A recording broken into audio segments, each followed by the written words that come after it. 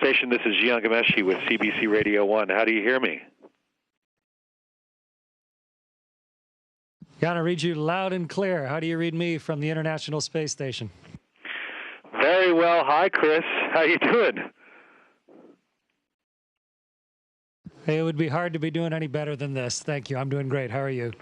I have to ask you, since arriving at the International Space Station, you've tweeted with William Shatner, you've dropped the puck for the Leafs home opener, you'll soon be doing a performance from space with children across Canada. Why has it been so important to you to engage with people on Earth while you're on a mission? Well, this is a magnificent human experience. This is something not only personally amazing to be part of, but it is a new thing within the human experience, and it's way too good an experience to keep to myself. It's something that I think is really important to share. Ever since my first space flight 17 years ago, I've been trying to describe to people just how incredible it is to see our world this way and what it means to us as a species to start leaving Earth. And now I have the time. This isn't a shuttle assembly flight. This is leaving Earth. This is living in space. And so I have the time to try and share it with everyone. And so I'm doing everything I can to make sure that people really get a sense of what it means and what it's like.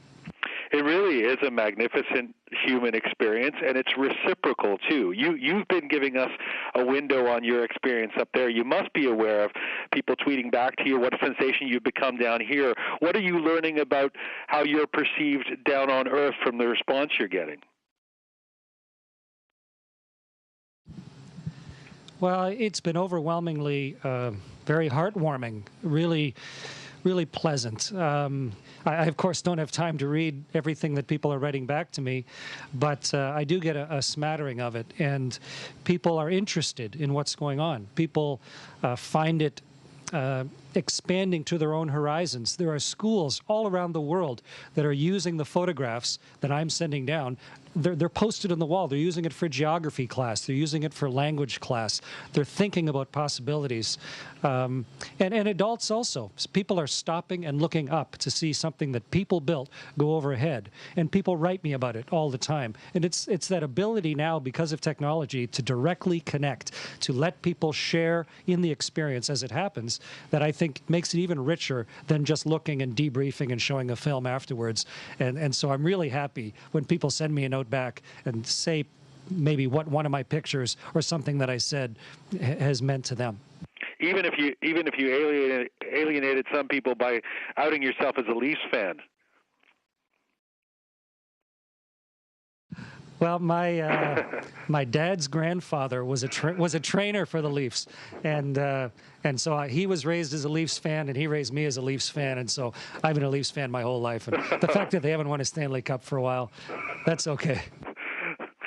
Hey, right on, man. I want to ask you about this Music Monday and the song you wrote with Ed Robertson of the Bare Naked Ladies. Chris, what were you hoping to convey about the experience of space exploration with the song ISS? I grew up listening to a lot of Canadian folk music. Of course, the stuff that Gordon Lightfoot wrote, but also Stan Rogers, things that really tell the story from a regular person's point of view.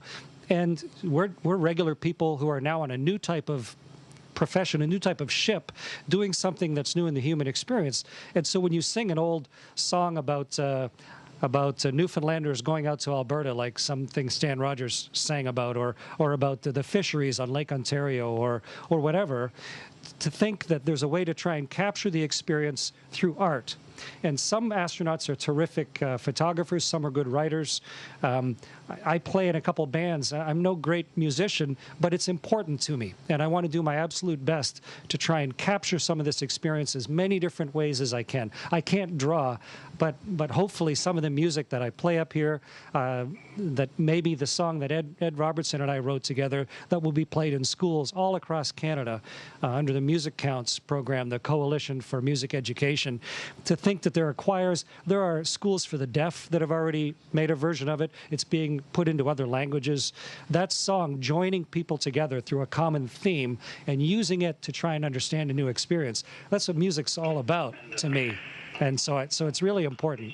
It's got a beautiful melody and sentiment to it. Although I must say, you usually seem so enthusiastic. I think some people will be surprised that the song has a bit of a Neil Youngish melancholy feel. Tell me about why that struck you as the right tone to set, and if it's a reflection on being reflective from where you are.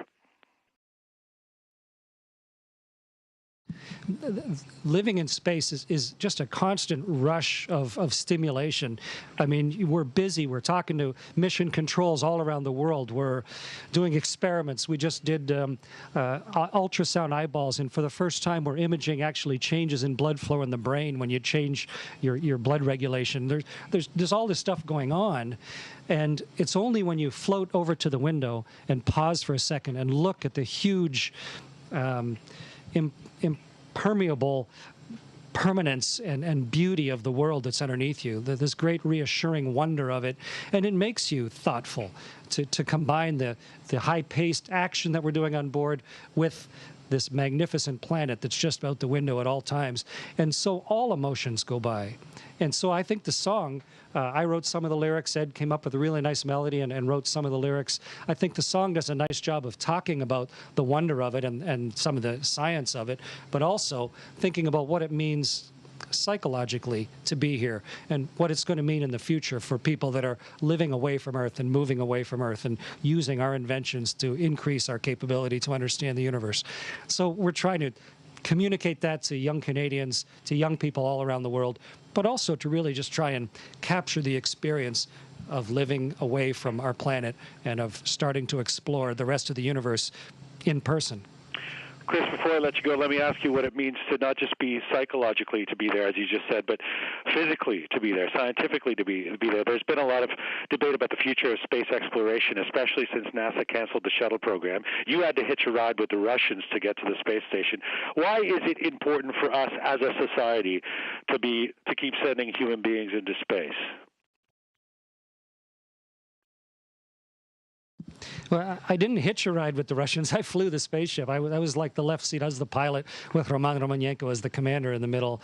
And the Americans, NASA, of course, they are the main foreman, I guess, of the International Space Station.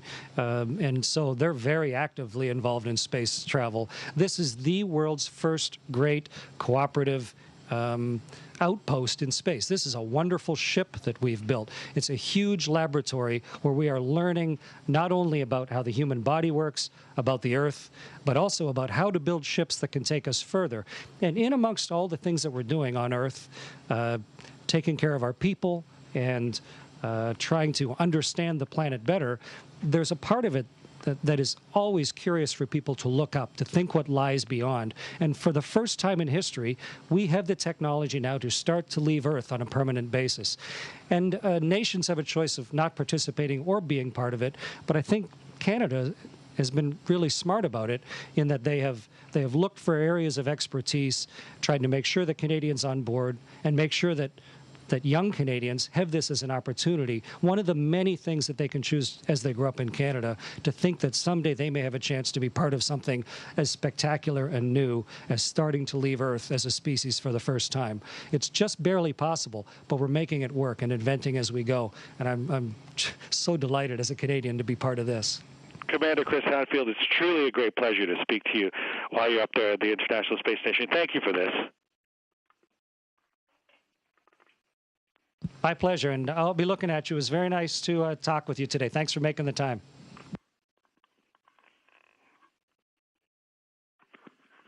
Hey, Chris, it's Peter Mansbridge on the line now, and I'm going to roll right into this so we don't waste any time. It's great to see you there. Let me go in with the first question. You know, no one's had the kind of extensive social media experience that you've had from up there. In doing that, what have you learned about how the people of Earth see space?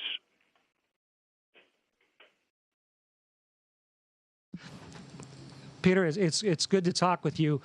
The same wonder and sense of opportunity and sense of adventure and fundamental thrill of discovery that I felt as a 9-year-old kid, thinking that someday maybe, even though I'm Canadian, maybe someday I might have a chance to fly in space. That sense of being on the edge of something, on the precipice of something new and exciting, that feeling is is prevalent all across the planet.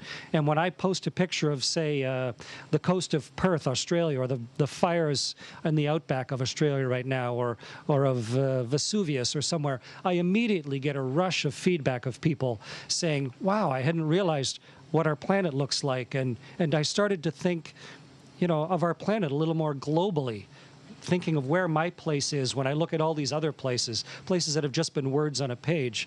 And so the feedback has been really motivational for me, in fact, that people's vision of the world is maybe slightly expanded, and their fundamental excitement and opportunities is rekindled by some of the things I've had a chance to observe from up here. So it's a fun part of all the things we're doing up here, but it's also one that I think is worth doing just because of the impact that it can have. Well, as you concede, you get a perspective of Earth from where you are that few people have ever had. What are you, this isn't your first time. It's, you've been up a few times now. What are you still learning about this planet from there?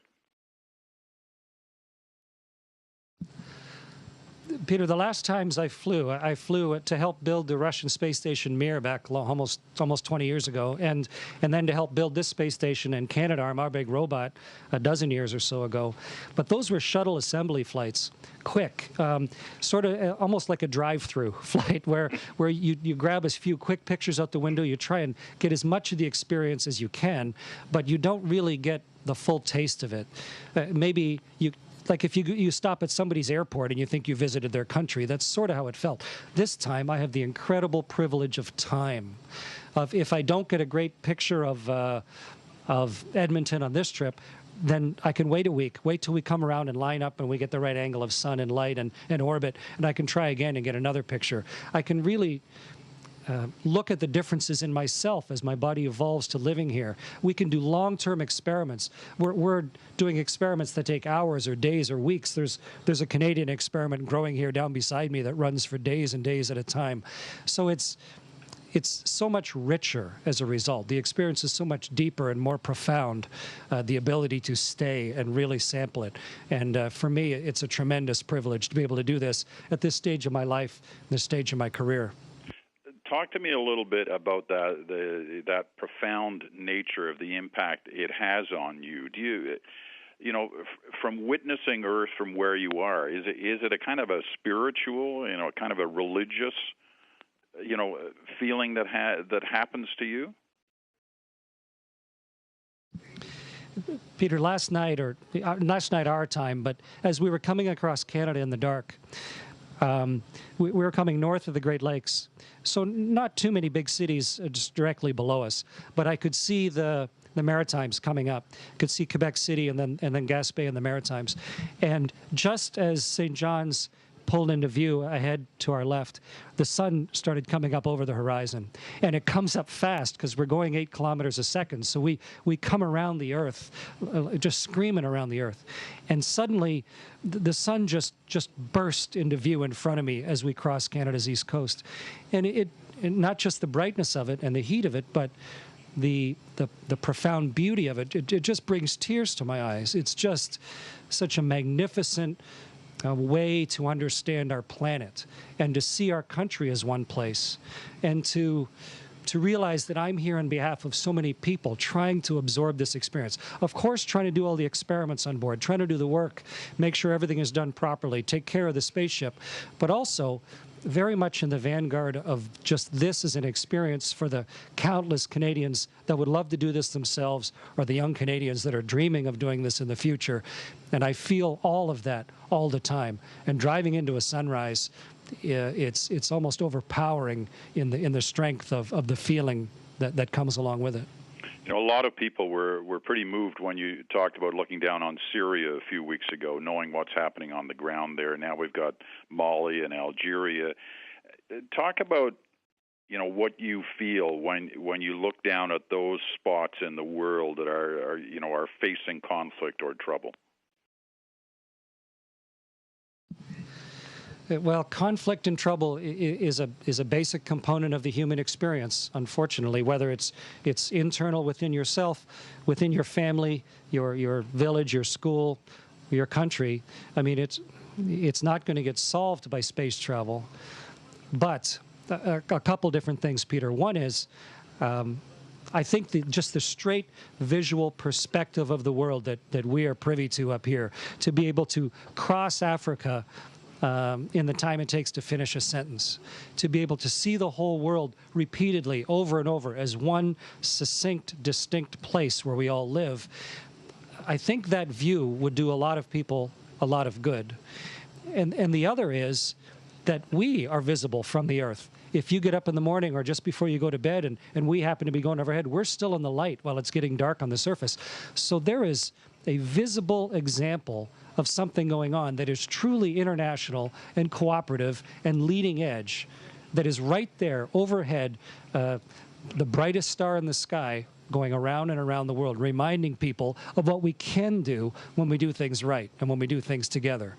And hopefully that combination will help to influence at least some people, the combination of understanding how we truly all exist together on a planet, and also the understanding of what we can do when we work together.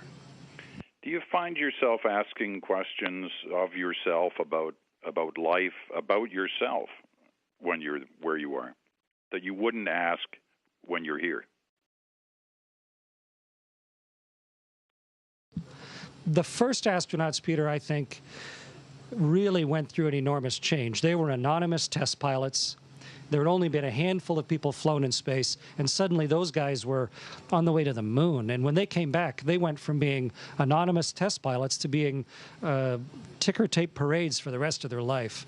And I think that shift in a person's life is very hard to accept. So I think they really had to reconsider, because they didn't have anyone to have asked.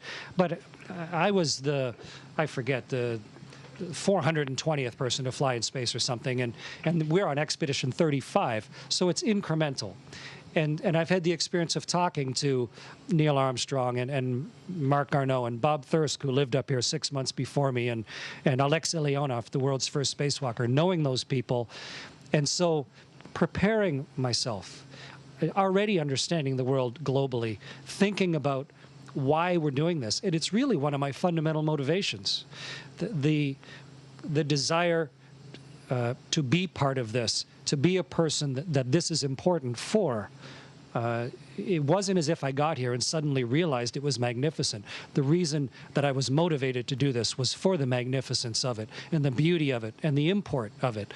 And I really hope that I regularly talk to schools all across the world, and specifically in Canada, I really hope that some sense of that choosing something that has a great personal import, but that is also something that is larger than yourself, that combination, to be internalized early and to lead a life that goes that direction, is the type of message that I really work hard with young Canadians to get it into their head and to get it into the core of them, to lead a life that then satisfies them and is also really good for the rest of us. Do you ever get tired of doing that majorette thing with the microphone where you flip it around like that? Hey, I brought a few props for you here, just in case you want to see some other things floating around. I guess you never get bored of that, do you? No, weightlessness is a toy that never winds down and never goes away, and you just play with it all the time. Even now, I'm still learning how I can be more elegant. I wish we had like some of the real gymnasts or the figure skaters up here, people who are naturally super coordinated and graceful, because you can be so, the ballet up here would be revelationary. It's just such a liberating and new environment, and I'm doing my best with it and trying to become as graceful and elegant as I can. But when you open up a whole new capability to people, then the artistic interpretation of it and the ability to use it expands on itself, and I'm just trying to do what I can with my limitations up here. You know that no Leaf fan has ever been as far away from the ACC as you are, right? Yes, I know, but I'm not a Leaf fan just because they're having a good year or a bad year. I'm a Leaf fan because they have had a tremendous history for almost a century, and And they captured my imagination when I was a little kid growing up in Southern Ontario. So I'm a Leaf fan for life, and I wish them all the best this year. And I'm having fun following it. They don't send me the games, and I can't watch live, so I get the games the next day.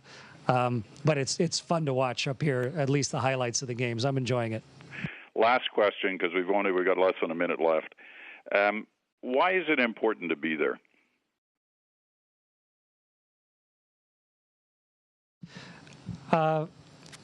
You can look at that question a bunch of different ways. I think number one is there are a lot of interesting things going on in the world. And some of them are very straightforward. We need to take care of our people. We need to think about education. We need to think about the regular things that give people a good life. But there are some things that are really new and challenging and inspiring, and that really draw people in and bring out the best in people. And I want my kids to have more opportunities than I had. And I want young Canadian kids to be able to look and see things that weren't possible before, or see things that challenge them to come up with new ideas. And I think it's important that Canada is part of something like this. We're not the biggest country in it. We're not the ones putting all the hardware up here, but our robot built this place. Canadarm2 put this thing together. We were absolutely pivotal in building the space station. And so we have Canadian science on board, Canadian people on board, and hopefully a lot of Canadian dreams on board. And I think as a young Canadian growing up, to be able to see this as something that is within the fabric of Canadian opportunity is something that's worth me spending my life working on. Chris Hadfield, it's been great of you to do this. Travel safe, be well, and we'll talk to you when you're on the ground. Thank you, Peter, and hello to everyone. Station, this is Houston ACR. Thank you. That concludes the event. And thank you, Canadian Broadcasting Corporation. Station, we'll go back to operational comm now.